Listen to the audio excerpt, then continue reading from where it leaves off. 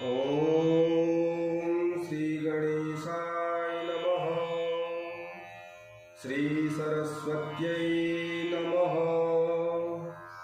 श्री आदित्याय नमः। अथ सूर्यकवचं ध्यानम्। जपाकुसुमसङ्काशं काश्यपेयं महाद्युतिम् तमोरिं सर्वपापघ्नं प्रणतोऽस्मि दिवाकरम्। श्रीयाज्ञवल्क्य उवाच शृणुष्व मुनिशार्दूल सूर्यस्य कवचं शुभं शरीरारोग्यं दिव्यं सर्वसौभाग्यदायकम्। ते दीप्यमानमुकुटं स्फुरन्मकरकुण्डलम् ध्यात्वा सहस्रकिरणं स्तोत्रमेतदुदीरयेत्।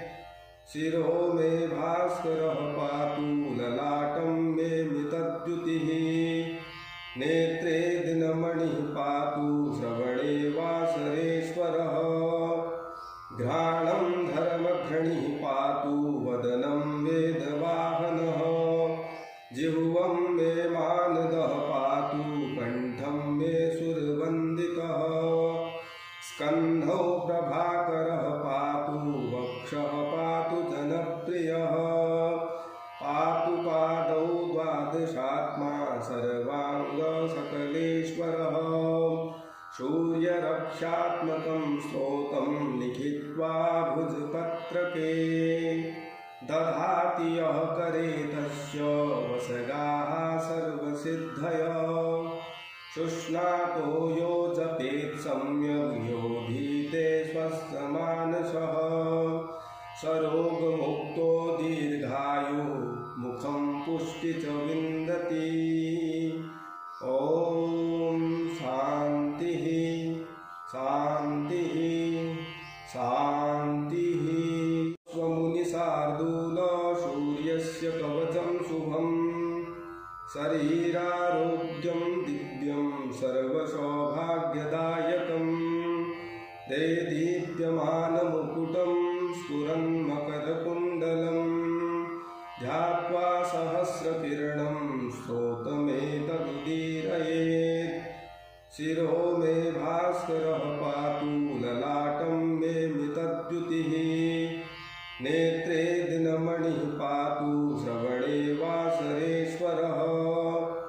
घ्राणं धर्मघ्रणिः पातु वदनं वेदवाहनः। जिह्वं मे मानदः पातु कण्ठं मे सुरवन्दितः। स्कन्धौ प्रभाकरः पातु वक्षः पातु जनप्रियः। पातु पादौ द्वादशात्मा सर्वाङ्गसकलेश्वरः। सूर्यरक्षात्मकं स्तोत्रं लिखित्वा भुजपत्रके दधाति यः करे तस्य वसगाः सर्वसिद्धयः।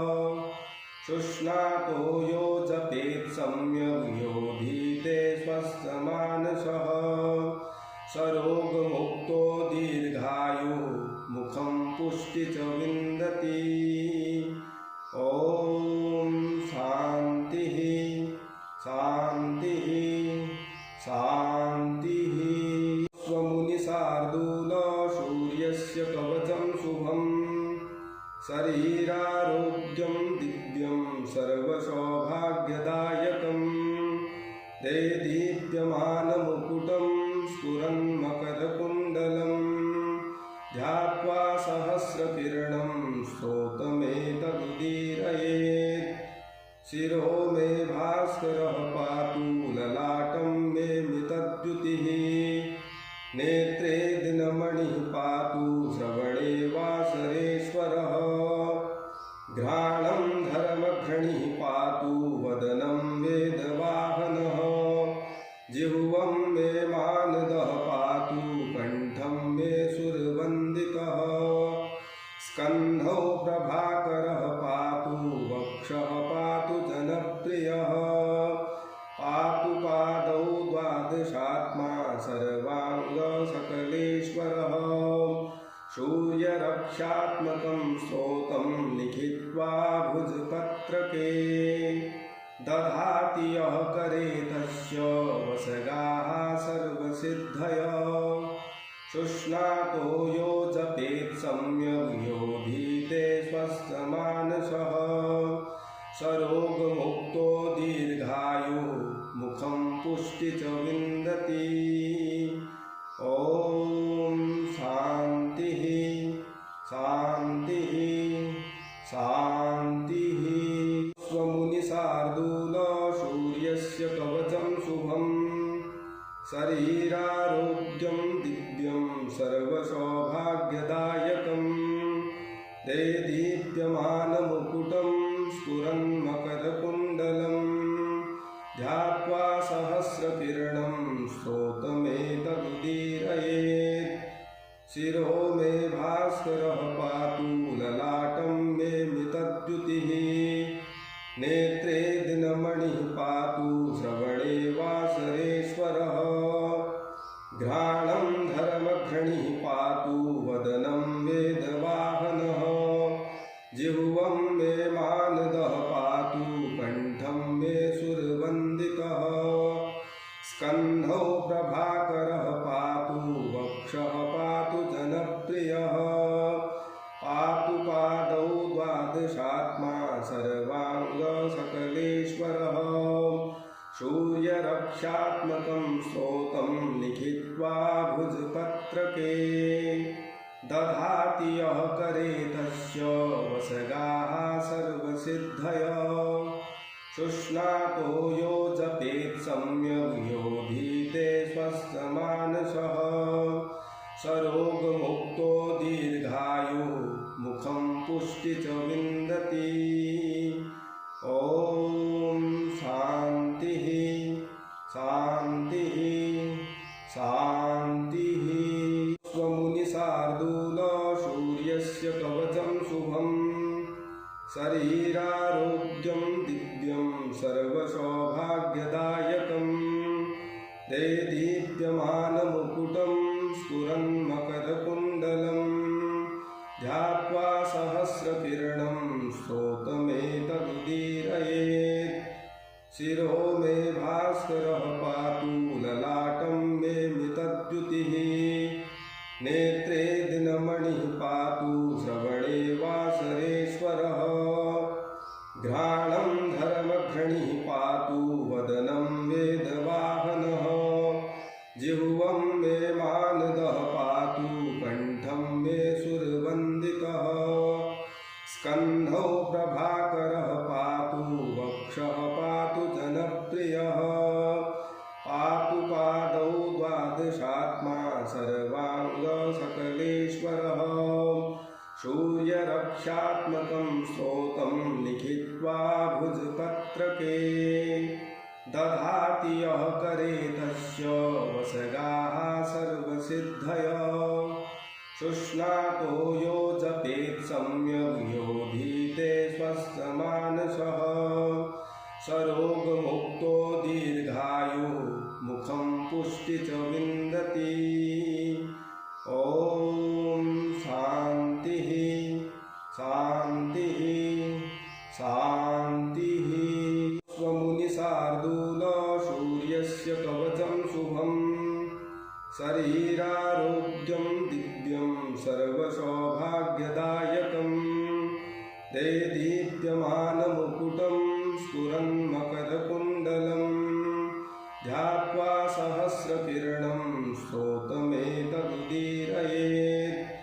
शिरो मे भास्करः पातु ललाटं मे मितद्युतिः नेत्रे दिनमणिः पातु श्रवणे वासरेश्वरः घ्राणं धर्मघ्रणिः पातु वदनं वेदवाहनः जिह्वं मे मानदः पातु कण्ठं मे सुरवन्दितः स्कन्धौ प्रभाकरः पातु वक्षः पातु जनप्रियः पातु पादौ द्वादशात्मा सर्वाङ्गसकलेश्वरः सूर्यरक्षात्मकं स्तोत्रं लिखित्वा भुजपत्रके दधाति यः करे तस्य वसगाः सर्वसिद्धयः शुष्णातो यो जपेत् सम्यग् योधीते स्वस्थमानसः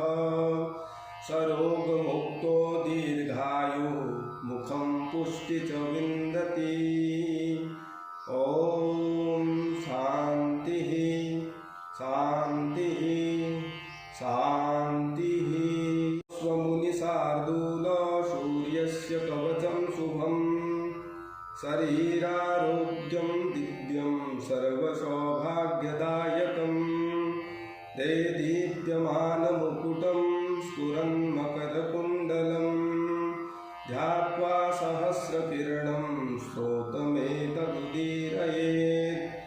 शिरो मे भास्करः पातु ललाटं मे मितद्युतिः नेत्रे दिनमणिः पातु श्रवणे वासरेश्वरः घ्राणं धर्मघ्रणिः पातु वदनं वेदवाहनः जिह्वं मे मानदः पातु कण्ठं मे सुरवन्दितः स्कन्धौ प्रभाकरः पातु वक्षः पातु जनप्रियः पातु पादौ द्वादशात्मा सर्वाङ्गसकलेश्वरः सूर्यरक्षात्मकं स्तोत्रं लिखित्वा भुजपत्रके दधाति यः करे तस्य वसगाः सर्वसिद्धयः शुष्णातो यो जपेत् सम्यग् योधीते स्वस्थमानसः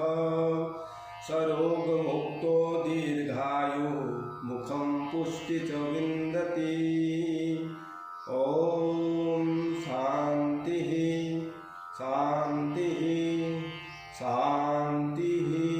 स्वमुनिशार्दूल सूर्यस्य कवचं शुभं शरीरारोग्यं दिव्यं सर्वसौभाग्यदायकं देदीप्यमानमुकुटं स्फुरन्मकरकुण्डलं ध्यात्वा सहस्रकिरणं स्तोत्रमेतदुदीरयेत्। शिरो मे भास्करः पातु ललाटं मे मितद्युतिः नेत्रे दिनमणिः पातु श्रवणे वासरेश्वरः घ्राणं धर्मघ्रणिः पातु वदनं वेदवाहनः जिह्वं मे मानदः पातु कण्ठं मे सुरवन्दितः स्कन्धौ प्रभाकरः पातु वक्षः पातु जनप्रियः पातु पादौ द्वादशात्मा सर्वाङ्गसकलेश्वरः सूर्यरक्षात्मकं स्तोत्रं लिखित्वा भुजपत्रके दधाति यः करे तस्य वसगाः सर्वसिद्धयः शुष्णातो यो जपेत् सम्यग् योधीते स्वस्थमानसः सरोगमुक्तो दीर्घायु मुखं पुष्टि च विन्दति। ॐ शान्तिः शान्तिः शान्तिः। स्वमुनिशार्दूल सूर्यस्य कवचं शुभं शरीरारोग्यं दिव्यं सर्वसौभाग्यदायकं देदीप्यमानमुकुटं स्फुरन्मकरकुण्डलं ध्यात्वा सहस्रकिरणं स्तोत्रमेतदुदीरयेत्। शिरो मे भास्करः पातु ललाटं मे मितद्युतिः नेत्रे दिनमणिः पातु श्रवणे वासरेश्वरः घ्राणं धर्मघ्रणिः पातु वदनं वेदवाहनः जिह्वं मे मानदः पातु कण्ठं मे सुरवन्दितः स्कन्धौ प्रभाकरः पातु वक्षः पातु जनप्रियः पातु पादौ द्वादशात्मा सर्वाङ्गसकलेश्वरः सूर्यरक्षात्मकं स्तोत्रं लिखित्वा भुजपत्रके दधाति यः करे तस्य वसगाः सर्वसिद्धयः शुष्णातो यो जपेत् सम्यग् योधीते स्वस्थमानसः सरोगमुक्तो दीर्घायु मुखं पुष्टि च विन्दति। ॐ शान्तिः शान्तिः शान्तिः। स्वमुनिशार्दूल सूर्यस्य कवचं शुभं शरीरारोग्यं दिव्यं सर्वसौभाग्यदायकं देदीप्यमानमुकुटं स्फुरन्मकरकुण्डलं ध्यात्वा सहस्रकिरणं स्तोत्रमेतदुदीरयेत्। शिरो मे भास्करः पातु ललाटं मे मितद्युतिः नेत्रे दिनमणिः पातु श्रवणे वासरेश्वरः घ्राणं धर्मघ्रणिः पातु वदनं वेदवाहनः जिह्वं मे मानदः पातु कण्ठं मे सुरवन्दितः स्कन्धौ प्रभाकरः पातु वक्षः पातु जनप्रियः पातु पादौ द्वादशात्मा सर्वाङ्गसकलेश्वरः सूर्यरक्षात्मकं स्तोत्रं लिखित्वा भुजपत्रके दधाति यः करे तस्य वसगाः सर्वसिद्धयः शुष्णातो यो जपेत् सम्यग् योधीते स्वस्थमानसः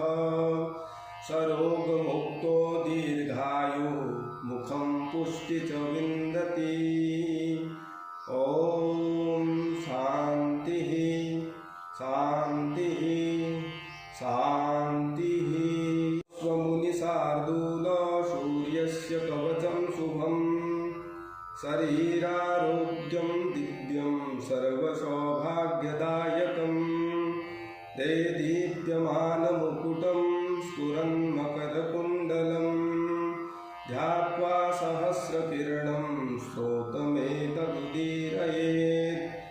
शिरो मे भास्करः पातु ललाटं मे मितद्युतिः नेत्रे दिनमणिः पातु श्रवणे वासरेश्वरः घ्राणं धर्मघ्रणिः पातु वदनं वेदवाहनः जिह्वं मे मानदः पातु कण्ठं मे सुरवन्दितः स्कन्धौ प्रभाकरः पातु वक्षः पातु जनप्रियः पातु पादौ द्वादशात्मा सर्वाङ्गसकलेश्वरः सूर्यरक्षात्मकं स्तोत्रं लिखित्वा भुजपत्रके दधाति यः करे तस्य वसगाः सर्वसिद्धयः शुष्णातो यो जपेत् सम्यग् योधीते स्वस्थमानसः